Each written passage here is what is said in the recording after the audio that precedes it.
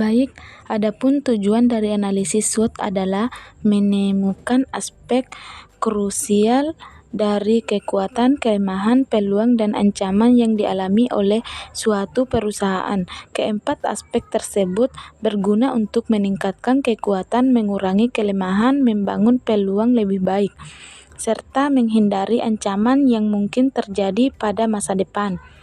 Analisis SWOT bukan untuk mencari solusi, melainkan mengilustrasikan situasi yang sedang atau akan terjadi dalam bisnis. Hal ini senada dengan pendapat Soendang P. Siagian dalam bukunya Manajemen Strategis. Menurutnya, tujuan analisis SWOT yaitu menggambarkan kualitas dan kuantitas sumber daya dan menggunakan untuk pelaksanaan strategi yang telah dibuat. Manfaat analisis SWOT yaitu sebagai berikut. Yang pertama, menentukan tujuan pemasaran. Analisis SWOT akan membantu dan mengevaluasi kekuatan, kelemahan, peluang, dan ancaman yang dihadapi perusahaan. Yang kedua, menentukan strategi pemasaran digital. Keberhasilan pemasaran produk pun meningkat apabila mencoba strategi digital marketing sesuai minat target audience. Yang ketiga, meningkatkan performa sebagai pemasaran. Kelebihan dan kekurangan strategi pemasaran digital juga bermanfaat sebagai bahan evaluasi untuk meningkatkan performa dari pemasaran yang akan dijalankan.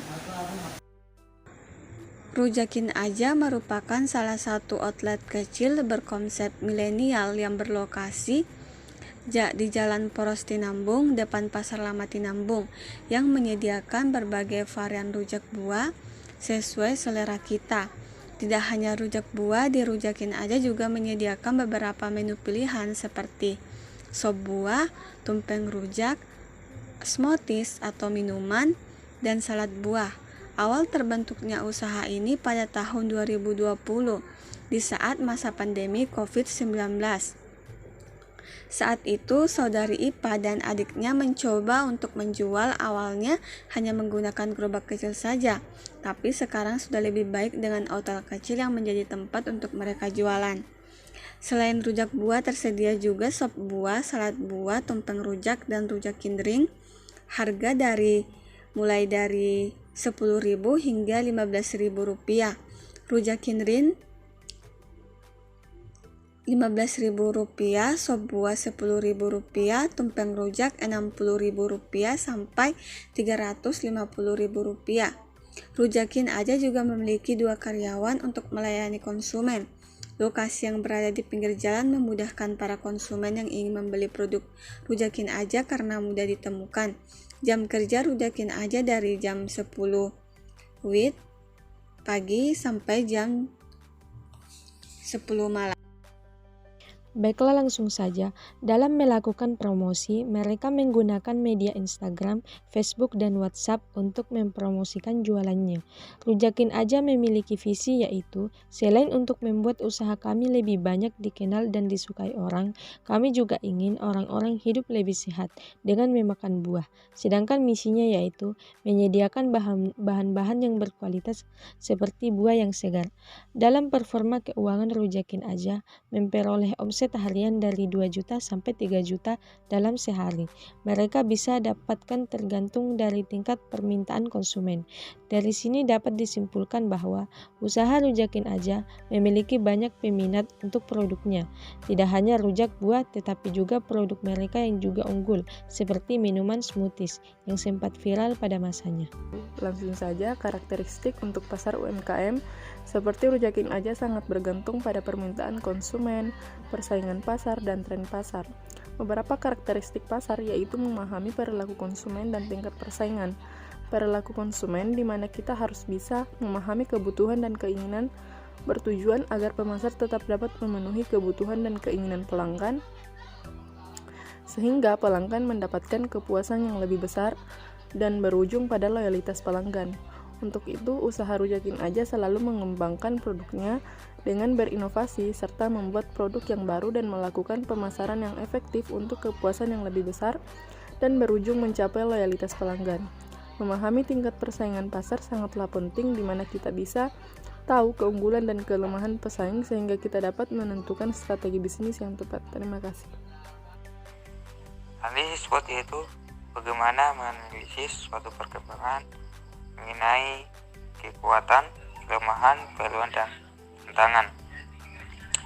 Kekuatan di sini akan membahas mengenai bagaimana yang pertama yaitu inovasi dalam menyajikan rujak buah.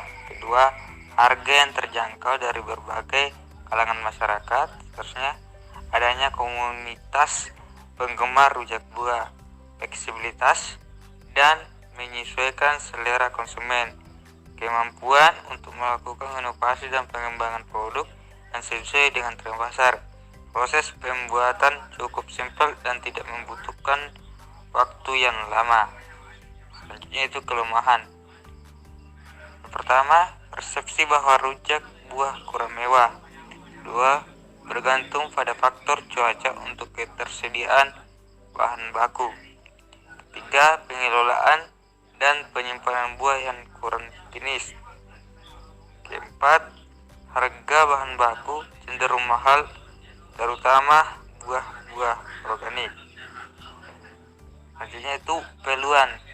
Pertama, permintaan pasar yang terus meningkat untuk cemilan sehat. Kedua, peningkatan kesadaran masyarakat akan pentingnya pola makan dan gaya hidup sehat. Ketiga, memiliki banyak peminat dari berbagai kalangan usia. Yang selanjutnya itu tantangan. Pertama, persaingan yang ketat dan penjual rujak lainnya. Kedua, tingginya biaya bahan baku dalam musim tertentu. Keempat, konsep usaha yang kami jalankan bisa saja ditiru oleh orang kompetitor. Oke, itu saja. Wallahul muwaffiq ila aqwamit thoriq. Wassalamualaikum warahmatullahi wabarakatuh. Penentuan posisi perusahaan berdasarkan kuadran analisis SWOT. Langkah pertama yang harus dilakukan adalah dengan membuat matriks integrity atau bobot. Bobot ini bisa kita ketahui dengan menanyakannya kepada pakar atau ahlinya. Sebagai contoh di sini, untuk kekuatan usaha rujakin aja, faktor-faktornya harganya terjangkau, adanya komunitas penggemar rujak, kemampuan berinovasi dan pelayanan yang cepat. Lakukan hal yang sama untuk weakness, opportunity, dan threat. Setelah menentukan bobotnya, kemudian kita membuat kuesioner. Pertanyaan dibuat sesuai dengan faktor-faktor tadi, yaitu strength, weakness, opportunity, dan threat. Kemudian kita ambil kesimpulan atau hasil dari kuesioner. Nah, untuk mengetahui hasilnya, total bobot dibagi dengan jumlah responden. Langkah selanjutnya yaitu menentukan rating. Hasil dari kuesioner tadi kita masukkan ke dalam rating. Setelah menentukan rating, selanjutnya yaitu menentukan skor. Caranya bobot dikali dengan rating. Contoh di sini untuk penentuan skor kekuatan, harganya terjangkau, bobot 2 dikali dengan rating 3, menghasilkan skor yaitu 6. Kemudian kita jumlahkan hasilnya. Lakukan hal yang sama juga untuk weakness, opportunity, dan threat. Maka kita peroleh bobot untuk kekuatan yaitu 28, peluang yaitu 25, kelemahan 15, dan ancaman 20. Dengan rumus sebagai berikut, strength dikurang weakness dibagi 2, hasilnya yaitu 6,5 untuk sumbu X, dan opportunity dikurang threat dibagi 2, hasilnya yaitu 2,5 untuk sumbu Y. Kita gambarkan, kita peroleh untuk usaha rujakin aja berada pada posisi kuadran 1, yaitu agresif.